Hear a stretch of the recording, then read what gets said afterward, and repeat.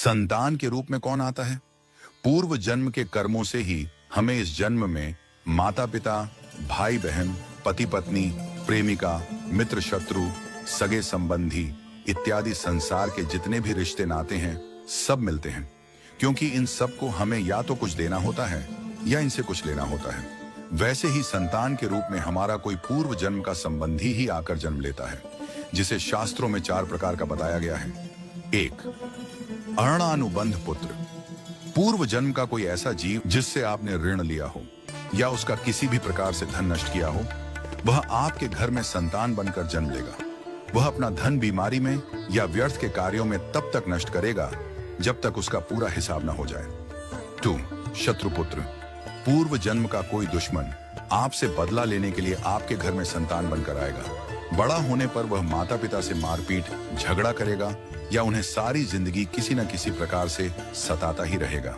वह हमेशा कड़वा बोलकर उनकी बेइज्जती करेगा और उन्हें दुखी रखकर ही खुश होगा। 3. उदासीन पुत्र। इस प्रकार की संतान न तो माता पिता की सेवा करती है, न ही कोई सुख देती है। वह उन्हें उनके हाल पर मरने के लिए छोड़ देती है। विवाह होने पर यह माता पिता से अलग हो जाते हैं और उनकी चिंता नहीं करते। 4. सेवक पुत्र। पूर्व जन्म में यदि आपने किसी की खूब सेवा की है तो वह अपनी की हुई सेवा का ऋण उतारने के लिए आपकी सेवा करने के लिए पुत्र बनकर आता है। जो बोया है वही तो काटोगे। यदि अपने माता पिता की सेवा की है तो ही आपकी संतान बुढ़ापे में आपकी सेवा करेगी, वरना कोई पानी पिलाने वाला भी पास न होगा। आप यह न समझें कि यह सब बातें केवल मनुष्य पर ही लागू होती हैं। इन 4 प्रकार में कोई भी जीव आ सकता है। यदि आपने किसी गाय की निस्वार्थ भाव से सेवा की है तो वह भी पुत्र या पुत्री बनकर आ सकती है। यदि आपने गाय को स्वार्थवश पालकर उसके दूध देना बंद करने के पश्चात उसे घर से निकाल दिया हो तो वह ऋणानुबंध पुत्र या पुत्री बनकर जन्म लेगी। यदि आपने किसी निर्दोष जीव को सताया है तो वह आपके जीवन में शत्रु बनकर आएगा। इसलिए जीवन में कभी किसी का बुरा न करें, क्योंकि प्रकृति का नियम है कि आप जो भी करोगे उसे वह आपको इस जन्म में या अगले जन्म में 100 गुना वापस करके देगी।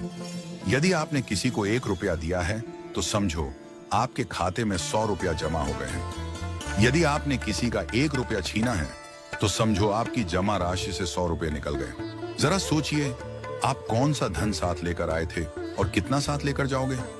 जो चले गए वे कितना सोना चांदी साथ ले गए। मरने पर जो सोना चांदी धन दौलत बैंक में पड़ा रह गया, समझो वह व्यर्थ ही कमाया। औलाद अगर अच्छी और लायक है तो उसके लिए कुछ भी छोड़कर जाने की जरूरत नहीं है, वह खुद ही कमा लेगी। और औलाद अगर बिगड़ी या नालायक है तो उसके लिए जितना भी धन छोड़कर जाओ वह चंद दिनों में सब बर्बाद करके ही चैन लेगी। मैं, मेरा, तेरा और सारा धन यहीं का यहीं धरा रह जाएगा, कुछ भी साथ नहीं जाएगा। साथ यदि कुछ जाएगा भी तो सिर्फ अच्छे बुरे कर्म ही साथ जाएंगे। इसलिए जितना हो सके नेकी करो, सत्कर्म करो